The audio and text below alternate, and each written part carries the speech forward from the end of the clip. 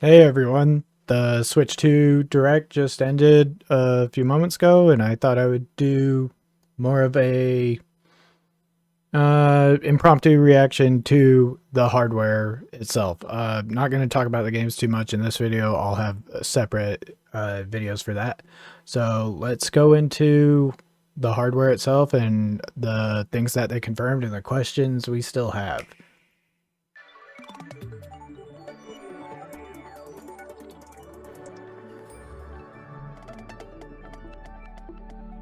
I'll pause the video when there's something new to talk about.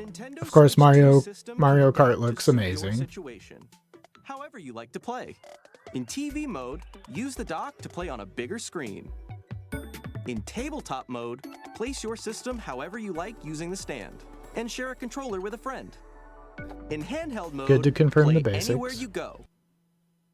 So I didn't notice this before, but they showed off the Donkey Kong game here rather than just later.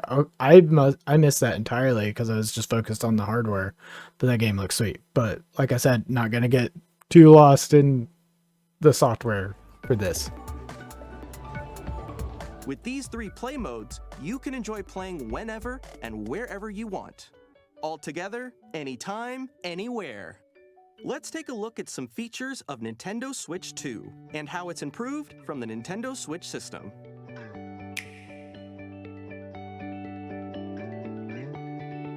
At 7.9 inches, Switch 2 has a bigger not too screen. interested in this bigger screen, same thickness. Yeah. Let's see. And better resolution. With approximately double the pixels compared to Switch, you can enjoy games 1080p screen on the system itself rather than 720. That was good to get confirmation on. And this next stuff is wild. I heard speculation about it, but I thought there was no way. 120 frames per second is ridiculous. Smoother gameplay in supported titles. Which I assume it means it'll support that kind of thing on TVs as well. And HDR. When I heard this rumor, I thought, no way. Providing more contrast between light and dark areas of the images. The all-new JoyCon 2 controllers connect magnetically. Strong magnets keep the controllers firmly attached to the system.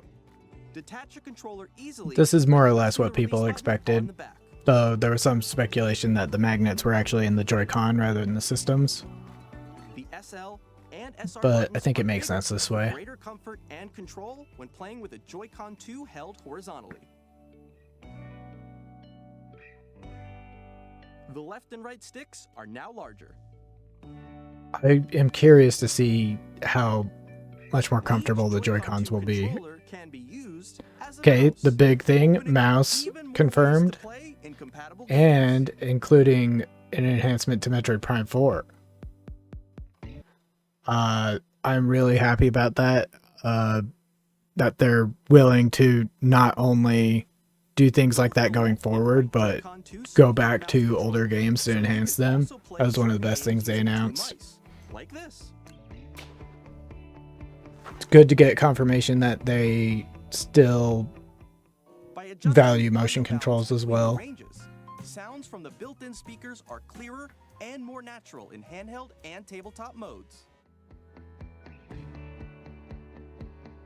It has a built-in microphone. This built-in mic is pretty cool. I am kind of skeptical how well it will work, as they claim, to be able to filter out all this background noise and be able to pick your voice up clearly from so far away. 3D audio is something that was such a disappointment on the Switch. I, have headphones, I have speakers, and I can't make full use of them, so this was a good thing to get confirmation on. Adjustable viewing angles. I'm sure this will be good for a lot of people in tabletop mode, especially being able to charge it from the top. I'm not someone who uses that much. 2 USB ports. And it was confirmed that you can charge from both. And you can use the top one for accessories as well. I was hoping that they would show off accessories. I did not expect a camera though. But imagine that opens up the possibility for a lot of accessories going forward. Switch for storing your game downloads. And 32 gigabytes on the Switch, that was a fucking joke. Like, brain dead thing to do. And they did the same thing on the Wii U, and it was brain dead then too. Okay, new dock with 4K support and with a LAN port, unlike the original dock, which is great. And here, when it shows these resolution options, I'm skeptical that this is native 4K and not just like some kind of upscaling tech, since they're using an NVIDIA chipset. But I mean, I guess it's good either way, but if this was native 4K running games like Elden Ring and yeah, whatever, other big titles like Elden Ring, really demanding games, Cyberpunk, there's no way that this system can play those games in native 4K. I would be surprised if they could do it in native 1440p.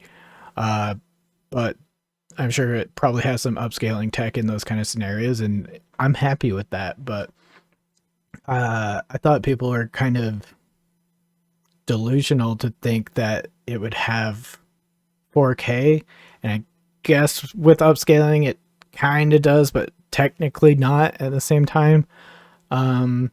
If they did go 4K, this is kind of what I expected they might do. But I actually have that on my bingo card too, but I can't confirm whether or not it is native or upscaling. So I'm waiting on details on that.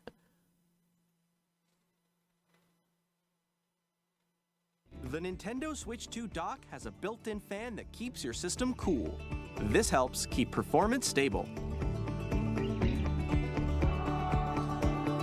So the dock itself does not have a fan, it On looks Nintendo like. Switch 2, you Which can is play interesting. Nintendo Switch 2 games, as well as compatible Nintendo Switch games. Physical and digital games are supported. Great to confirm, even though we already knew. Just to reiterate. And we get a release date, June 5th, which is,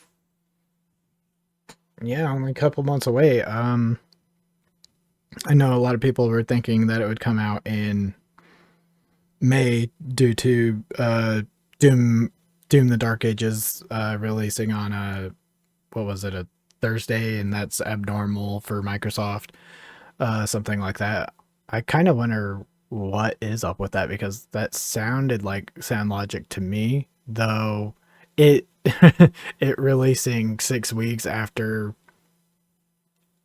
this overview. I guess that was kind of stretching it, but Nintendo does weird shit. Who thought that they would release a console in spring, in the first quarter of the year, with the original Switch? They just do what they want. They don't really follow rules. But I'm glad to see them breaking some trends where you just default to expecting that they're not going to have XYZ technology, even if it's 5 to 10 years old, because they're Nintendo and they're always behind on hardware. I love their software, their hardware, not so much. This seems to close the gap a lot more. Okay, so more info that wasn't in that VOD. For some reason, I had to scrub through the actual direct VOD itself, but I wanted to talk about this as well. The differences between game cards they go over, and also they show the Pro Controller later. So it basically looks the same. It's red, but it's supposed to have faster read and write speeds, and it's only compatible with these micro SD express cards. And they explained that cards that were used in the Switch 1 will not be compatible. I would imagine that's because a lot of games would have requirements on read and write speeds being fast enough So I suppose that makes sense. They explain how you can transfer data from one system to the other, which they kind of touched on in the latest Switch 1 Direct. So this was pretty expected, good to be confirmed. Oh, and here is the beauty. The Switch 2 Pro controller. Looks like the faceplate isn't transparent much, though it has that like fine outline, which makes me wonder if you can swap faceplates, kind of like the one of the DS models that they came out that had swappable faceplates. So maybe you could get that look if you want, so you can see the circuitry. It seems like the buttons are pretty big, the sticks, kind of what you would expect. It's pretty similar to the Pro Controller, which I love that, the existing Pro Controller, which I love that controller. I hope this one has a shit ton of battery life as well. You have the C button for the game chat down at the bottom, and there's also some features that the original Pro Controller did not have that they will talk about. This is huge to me. I wish they were unique buttons rather than just remappable buttons. I've wanted this to be a standard thing in controllers for like 10 years. I am so happy that they just have this on their default controllers, even if they are just reprogrammable buttons. Like, yes, please. This needs to be standard. No controller should ever be released without these. Ever. Though, of course, I would say the same about analog triggers too, and they don't have that, but you know. And you can also see on the bottom that they have a headphone jack, which I would imagine is for input and output if you want to chat with a headset rather than the on-system mic. Okay, ask the developer article. This is kind of touching and getting into game territory a bit, but they explain here that there will be Nintendo Switch 2 editions of certain games where they have some enhancements, and you would pay an upgrade for them, right? So you can use the chat features here and the webcam directly in here, and they also show some new mini games that you can play with the mouse JoyCon, which is pretty cool. I never played Jamboree, and of course they confirm, you know, enhanced versions of Breath of the Wild and Tears of the Kingdom, which is really cool. And once again, if you own it on Switch 1, you can pay to upgrade it, which is really nice. And they do that for Kirby and the Forgotten Land with some kind of expansion. Wonder if these expansions will be available on the base system though. Hopefully it's not just exclusive to Switch 2, but it probably will be. And I never picked this one up either. Definitely looks to run a lot smoother. And of course, the big boy, Metroid Prime 4 Beyond, confirmed to have Nintendo Switch 2 edition, 4K 60 FPS mode, or a 120 FPS at 1080p, which is really great to hear. I was wondering if this would be kind of an ugly duckling scenario, kind of like Twilight Princess was when it came out in 2006, and HD games were a thing by then, and it looked ugly. It always looked ugly from day one. I love that game, but it's ugly. Like, even compared to Wind Waker, it's ugly. And of course, you know, you can tell that this is still a part of a Switch 1 game, mostly by the environment. Samus and the character models still look great, but I'm glad that we're getting a better version. This game, very much the same story. Playing it on Switch 1, it looked like trash. It looked like a slideshow. This looks so much better. The Pokemon team just doesn't know how to make very optimized games, and they'll be a lot less restricted now. So that's great. And then it looks like it talks about a bunch of third parties, so I'm not going to touch on that. Okay, they have a separate video for this, apparently, the GameChat. I was wondering where this was, because I want to talk about this as well.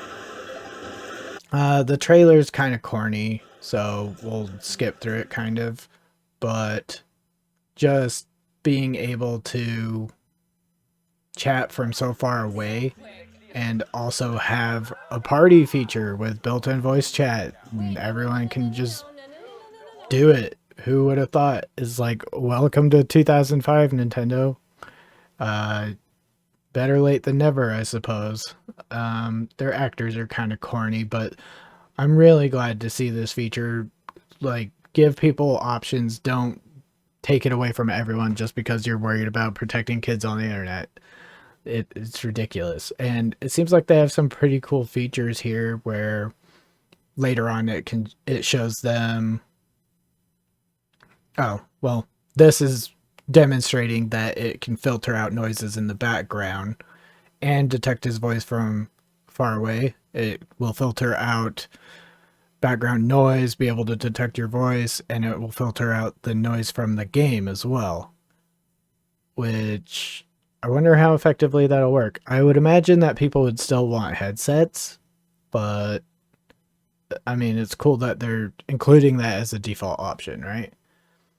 And with the party, it shows that people can share their screen in the party chat and you can have kind of a split screen experience, which that's pretty cool.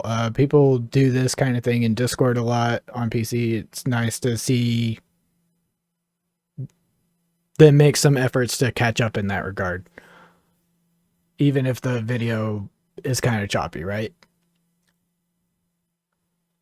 And you don't have to be playing the same game. You can just be in a party playing totally different games and still share your screen, talk to each other.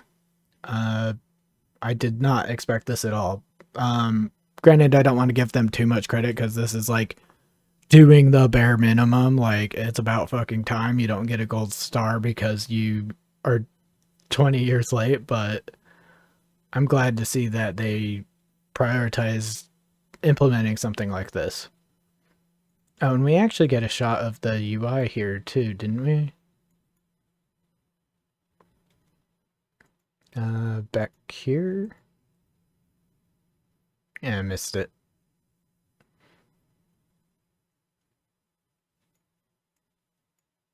And later on they show the... Oh yeah, they mentioned that the C button is to open up the chat feature window, and it just pops up like that. I guess a lot of the speculation on that was unfounded. It was just a very simple use case, and it makes sense that it would have a dedicated button.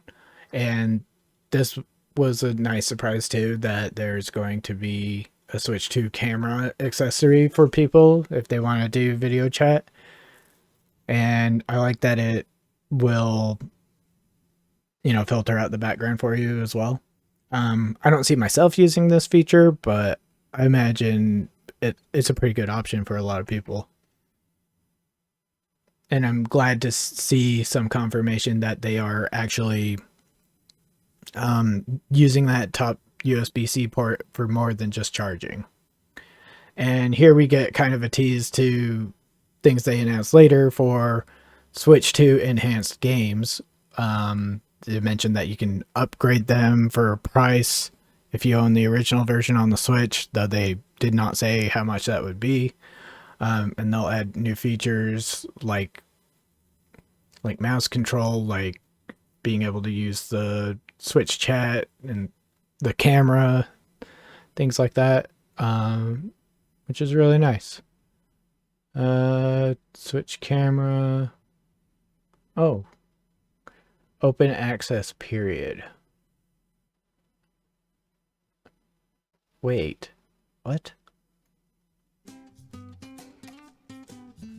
I must not have seen this part. does that mean you have to pay to be able to chat after that? Oh, I must have seen it, but I must have just skipped over it. But yes, parental controls. That's all you needed to do. That's all you needed to do this entire time. I'm glad you finally pulled your head out of your ass.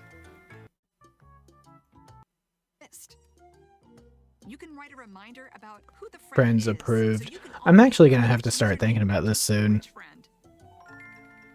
Not for a few more years, though. Allowing video chat, yes. I'm sure there'll be plenty of parents that still fuck this up, though, and not do any parental controls.